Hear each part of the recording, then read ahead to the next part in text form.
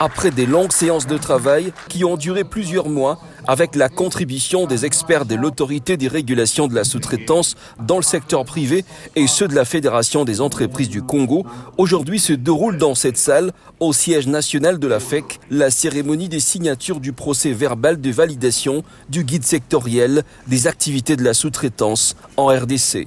Cela se passe en présence du représentant du ministre de l'Industrie, Petites et moyennes entreprises, devant un bel échantillon des opérateurs économiques.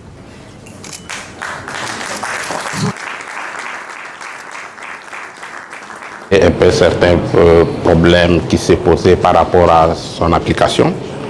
Et puis les opérateurs économiques et l'ARSP, on s'était convenu qu'il fallait qu'on se réunisse d'abord en commission mixte paritaire pour chercher un document qui pouvait appuyer les textes légaux de façon que l'application ne pose pas les problèmes. C'est ainsi que cette commission, la commission mixte paritaire, s'était réunie et avait travaillé. Et par après aussi, on devrait réunir les experts des deux côtés. Du côté du secteur privé qui est représenté par la Fédération des entreprises du Congo et du côté aussi de l'ARSP. Les experts des deux côtés ont travaillé pendant plusieurs mois pour donner les détails bien expliqués de façon que l'application soit beaucoup plus claire et ne pose pas les problèmes. Que maintenant nous parlons le même langage par rapport au kit sectoriel dont on a fait. Le DG de la RSP, Miguel Cachal, a souligné que cet outil essentiel vient optimiser l'application sans faille de la loi sur la sous-traitance. Aujourd'hui, tout le monde est éclairé au travers ces guides sectoriels et nous avons défini les champs d'application de chaque secteur en République démocratique du Congo et tout c'est dans l'intérêt du bon climat des affaires parce que qui dit climat des affaires, c'est que les opérateurs économiques doivent très bien comprendre la loi en question et les champs d'application de cette loi. C'est ce qui vient d'être fait aujourd'hui. Ça ne fait que renforcer et les liens entre l'ARSP et les opérateurs économiques au travers de la FEC.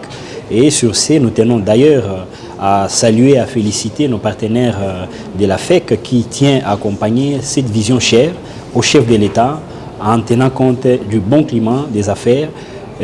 Comme vous le savez, les chefs de l'État étant les garants du climat des affaires, veillent à ce que tout se passe dans la conformité et dans les normes.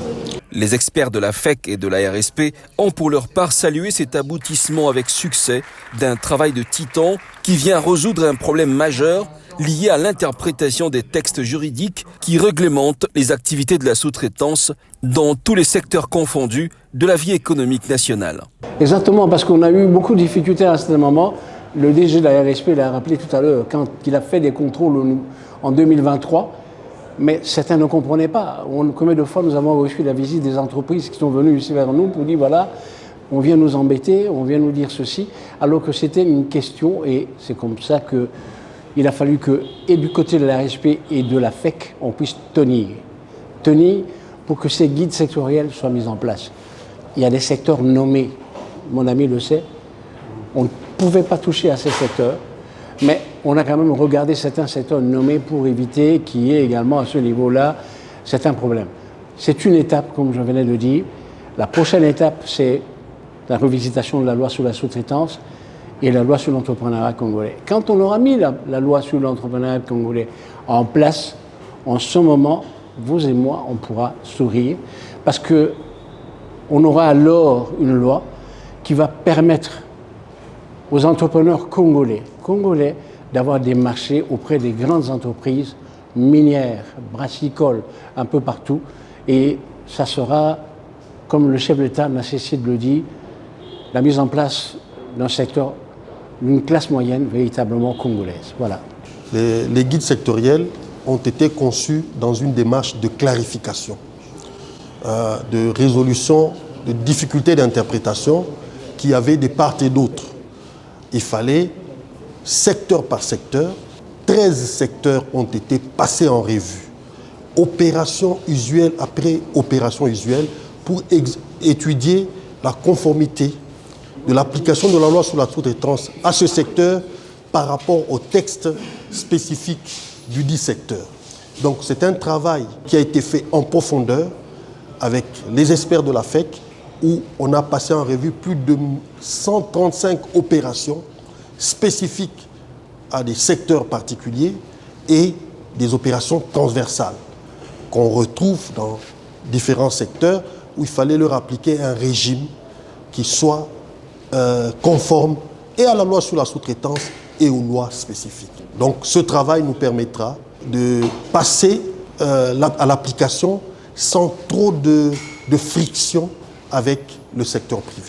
Ce guide sectoriel qui vient d'être mis sur pied est donc considéré comme étant une étape décisive vers la loi sur le contenu local en cours d'élaboration que le président Félix Tshisekedi compte offrir aux entrepreneurs congolais dans les jours qui viennent afin de signer véritablement l'ère de l'indépendance économique dans son pays. ARSP, bras armé de l'État pour la création et le développement de la vraie classe moyenne congolaise.